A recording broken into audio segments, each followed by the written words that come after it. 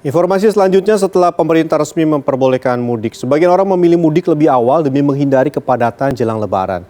Di kota Parepare, Sulawesi Selatan, 1.000 lebih penumpang dari Pulau Kalimantan tiba di Pelabuhan Nusantara. Sementara di kota Waringin Barat, Kalimantan Tengah, perantau asal Pulau Jawa mulai memadati Pelabuhan Panglima Utar Kumai. Beginilah kondisi kedatangan penumpang di Pelabuhan Nusantara, Kota Parepare, Sulawesi Selatan, Jumat 25 Maret 2022. Para penumpang merupakan perantau dari beberapa daerah di Pulau Kalimantan seperti Tarakan, Nunukan, dan Samarinda. Mereka mengaku pulang lebih awal setelah mengambil cuti agar bisa lebih lama berkumpul bersama keluarga di kampung halaman setelah sempat gagal mudik 2 tahun terakhir. Ya lumayan padat. Lumayan padat ya. Ini kenapa Pak pulang lebih awal? Ya rindu sama keluarga di kampung. Baru sempat pulang ya setelah. Mau kemana ini? Dari Samarinda Pak. Ke mau kemana? Ke Pangkajene. Pangkajene. Ini dalam rangka apa pulangnya ini? Iya pulang kampung Pak. Mudik ya? Iya. Oh kenapa? Pulang lebih cepat ya? Iya benar.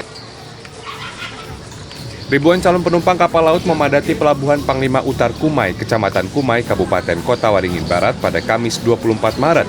Berdasarkan data Kantor Kesyah Bandaran dan Otoritas Pelabuhan atau KSOP Kota Waringin Barat, dalam sepekan sudah ada sekitar 1.500 orang mulai mudik tujuan Surabaya, Jawa Timur maupun Semarang, Jawa Tengah dari Pelabuhan Panglima Utar Kumai. Sejumlah calon penumpang mengaku mudik lebih awal untuk menghindari kepadatan saat menjelang Lebaran nanti. Kalau lebih awal tuh enaknya nggak desak-desakan, masih longgar gitu nah. Kalau tidak sebelumnya kan bisa booking, tapi kalau berdesak-desakan itu lelah, capek gitu. Pada Kamis, Pelabuhan Kumai memberangkatkan 2 kapal. KM Dharma Rucitra 9 tujuan Semarang mengangkut 490 penumpang. Sedangkan KM Dharma Kencana 3 mengangkut 279 orang penumpang tujuan Surabaya. Hasil pantauan kami ada beberapa penyebabnya. Salah satunya adalah kebijakan pemerintah yang memudahkan dengan penumpang yang sudah 3 kali vaksin, cukup hanya dengan menunjukkan kartu vaksin. Untuk menghindari kerumunan pada loket tiket dan pelabuhan, saat ini penjualan tiket kapal laut dijual secara online. Tim Liputan CNN Indonesia. Sementara itu jelang Ramadan harga sejumlah bahan pangan terus mengalami kenaikan. Seperti harga komoditas sayuran di Pasar Baru Tuban, Jawa Timur yang mayoritas mengalami kenaikan sebesar Rp1.000. Namun ada pula yang mengalami penurunan. Seperti harga cabai di Pasar Karanganyar, Sawah Besar, Jakarta Pusat. Harga sejumlah komoditas bahan pokok di Pasar Karanganyar, Sawah Besar, Jakarta Pusat Jumat pagi terpantau mengalami kenaikan. Seperti harga bawang putih cutting yang semula Rp30 hingga Rp35.000 kini naik menjadi Rp40.000 per kilogram. Namun ada pula harga komoditas seperti cabai yang mengalami penurunan. Harga cabai rawit merah contohnya yang semula dijual dengan harga Rp80.000 kini turun menjadi Rp60.000 per kilogramnya. Mendingan sih agak turun. Harga turun. Nggak begitu mahal. Sekarang berapa Bude per kilonya? 60. Untuk cabai apa Bude? Rawit merah. Kalau keriting 50, keriting merah. Tapi sebelumnya berapa Bude? Tadinya kan 70, 75, 80. Itu untuk Sementara di Pasar Baru Kabupaten Tuban, Jawa Timur, harga sejumlah komoditas sayuran terpantau mengalami kenaikan pada Jumat pagi. Kenaikan harga yang berlangsung sejak beberapa hari terakhir ini rata-rata sebesar Rp1.000 per kilogram.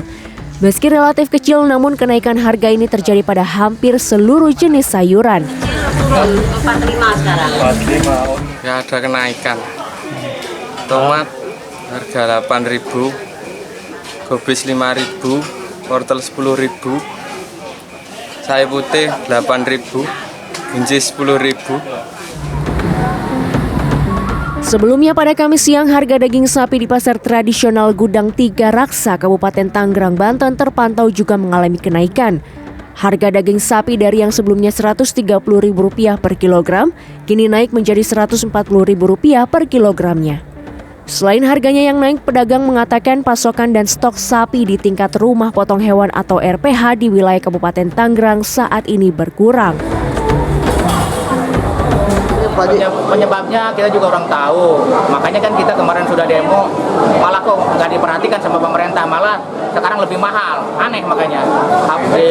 Sekarang di RPH sapi nggak ada. Alasannya pokoknya tidak ada sapi aja di kota, begitu. Berarti untuk stoknya sendiri gimana Pak Haji? Stoknya sekarang sudah tidak ada, langka aja di RPH. Sedangkan di Pasar Modern Banjarwijaya, Kota Tangerang, harga ayam potong juga alami kenaikan sebesar Rp5.000 per ekornya. Kini untuk ayam buras dijual Rp45.000 per ekor, sedangkan ayam kampung Rp70.000 per ekor. Kenaikan harga komoditas ini terjadi secara bertahap sejak sepekan terakhir. Diperkirakan akan terus terjadi kenaikan harga hingga Hari Raya Idul Fitri mendatang. Tim Liputan CNN Indonesia.